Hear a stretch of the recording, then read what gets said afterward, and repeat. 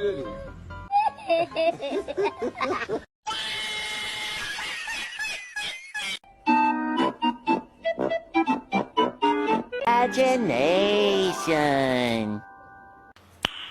Nice.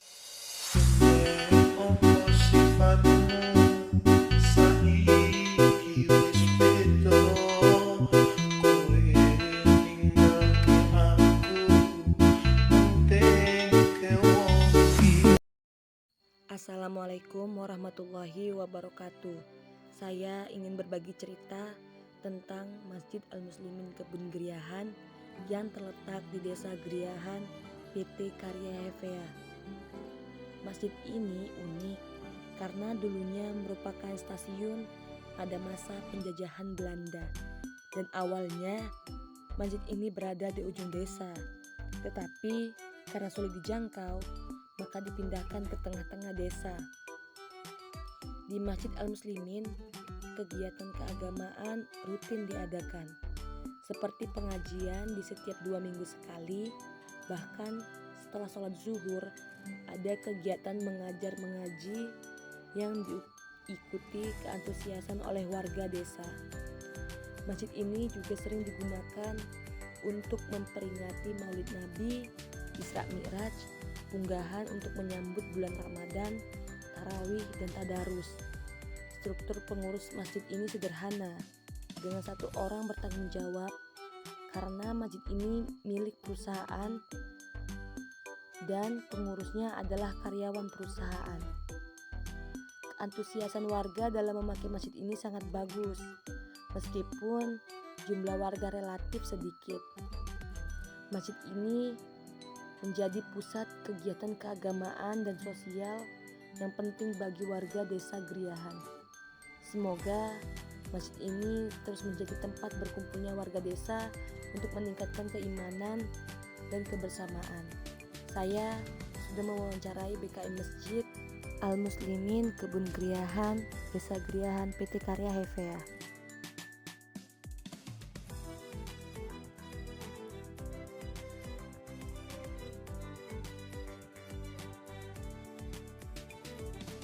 Nah, di sini kan Bapak sebagai BKM Masjid ini, saya mau bertanya nih, bagaimanakah sejarah masjid ini bisa terjadi? Kalau sejarahnya ini tidak berdua. Yang pertama karena tempatnya nggak strategis, karena di pinggir perusahaan. Ini kan di perusahaan, makanya dialokasikan ke tempat yang bisa terjangkau sama masyarakat ataupun mudah untuk mendatanginya, makanya diberikan di sini.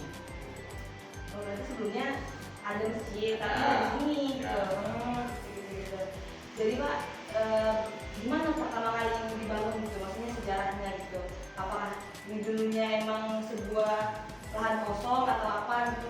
Dulunya di nggak lahan kosong, ini tempat yang namanya perusahaan kan pasti ada tempat pupuk, ada tempat garasi. Jadi pas kebetulan di sini kalau tidak salah karena udah lama kali di belakang sini ini pupuk depan ini garasi. Tapi memang ya Pak, tapi sebelumnya saya mendengar bahwasanya emang dulu ini tempat perusahaan ini dulu tuh sebuah apa ya, tempat penjajahan Belanda gitu istilahnya. Ada kayak rel-rel kereta gitu-gitu, ada nggak sih Pak kalau gitu? Dulu ada, tapi sekarang karena perkembangan zaman atau bangunan-bangunan yang lama udah rapuh, jadi ganti. Oh, berarti memang ini dulunya bekas penjajahan Belanda gitu Pak?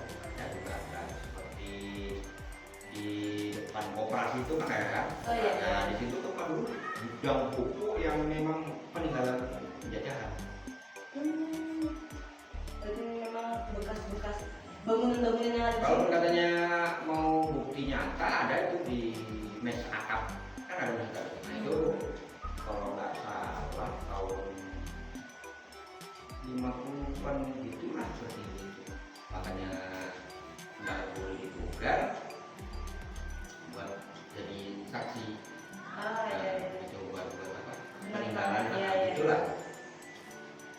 Pak, ini kan kalau biasanya nih BKM itu kan termasuk organisasi. Nah, di sini tuh ada nggak struktur kepengurusannya gitu?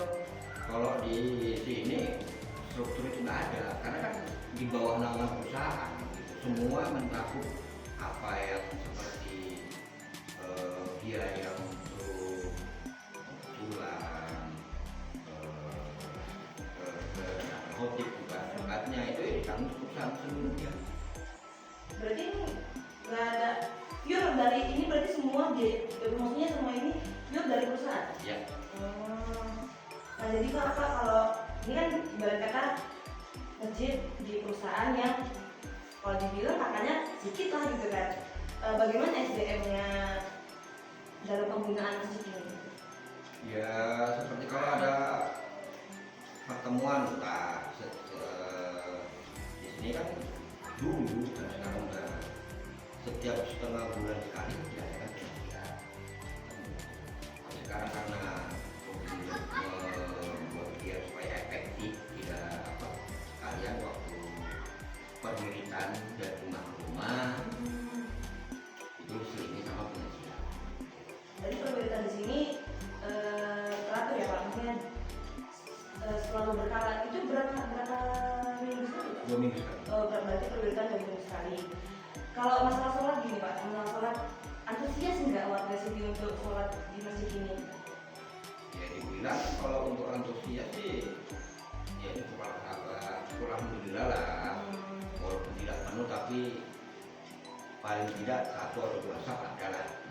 Anak-anaknya gimana Pak? Anak-anaknya ya namanya anak-anak wajar datang sholat, tapi ya tahu sendiri namanya anak-anak kan. Ya. Jadi di masjid ini tuh kegiatannya selain sholat itu Pak, apa aja itu? Di sini ada juga anak-anak setelah baca libur ngaji. Ngaji itu dipungut biaya Pak atau apa? Itu relatif siapa yang mau istilahnya sekedar untuk membantu yang pada strukturnya mungkin nggak bayar sih, nggak dibayar. Selain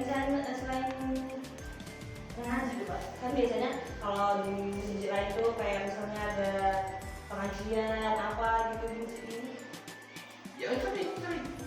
sih. Kayak kedatangan organisasi lain Pak? Dulu baru berapa sih, paling sekitar 2 minggu lah, baru 2 minggu sebelum ini ada, tapi karena mungkin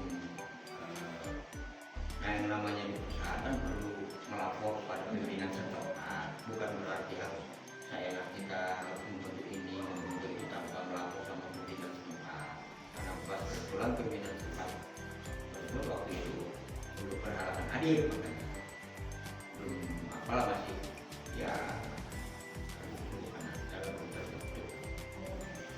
Berarti di sini pengurus masjid ini hanya 1 orang Pak? ya. Gitu. Nah, jadi lagi ya Pak pertanyaannya, bagaimana suatu pengajian atau suatu pengajaran ngaji dananya itu dari mana? Misalnya kayak yang guru ngajinya itu digaji dari mana? Yang saya bilang tadi, yang untuk ngaji bagi anak-anak ya relatif kan gitu, tapi nggak ada baik untuk bayar untuk guru ngaji nggak ada. Setelah nanti walaupun ada pengajian seperti Maulid, Isra Mitra itu pure dari perusahaan biayanya. Karena ini masjid milik perusahaan Iya. ya? Oh gitu. Baik Pak, mungkin hanya itu saja pertanyaan saya. Barangkali Bapak bisa memberikan kesan-pesan selama Bapak di masjid ini, apa kesan-pesannya?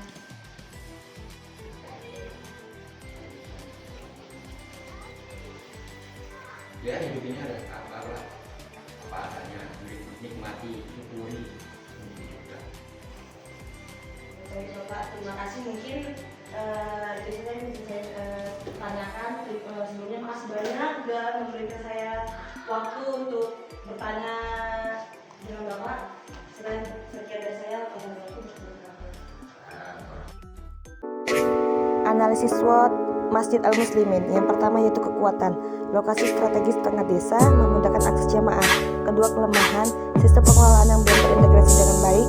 Ketiga, peluang, peningkatan kesadaran masyarakat akan pentingnya peran dan fungsi masjid. Keempat, ancaman, persaingan dengan masjid-masjid lain di sekitar yang menawarkan program serupa.